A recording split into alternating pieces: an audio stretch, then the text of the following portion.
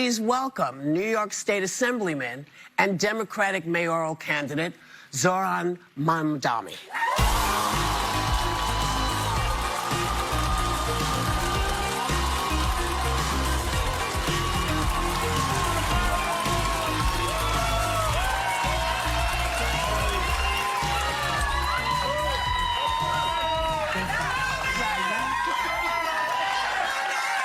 Hold on now, we got an hour of the show.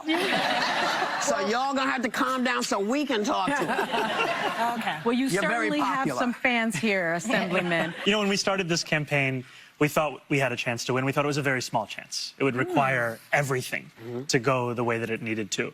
And the first decision that we made was to listen to New Yorkers. A lot of times politicians will lecture New Yorkers as to what they should care about. Say, these are the things that you should be asking me about. And we wanted to go out to New Yorkers and ask them, what do you care about in this city? And we heard from them, cost of living, cost of living, cost of living. Yeah. Can't afford my rent, can't afford my childcare, can't afford my groceries, can't even afford $2.90 to ride the bus. Right. And so we decided to build an entire campaign around making the most expensive city in America affordable, because that's what New Yorkers were telling us. You look at some of these companies who are making the most amount of money in the world, and you're asking, why are they facing less regulation than the bodega on my corner? Yeah. It makes no sense. No. And that's why you have You're to gonna have... fix it. Yes. You have to have a policy that, on the one hand, makes it easier for a small business to flourish. You cut fines and fees by 50%. You say no longer does a person who wants to open a barbershop have to fill out 24 forms, go to 7 agencies, go to 12 in-person events.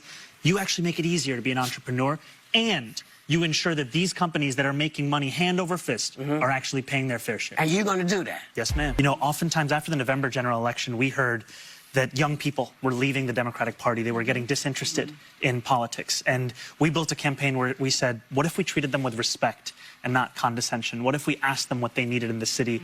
We made the top 3 highest performing age groups all under the age of 35.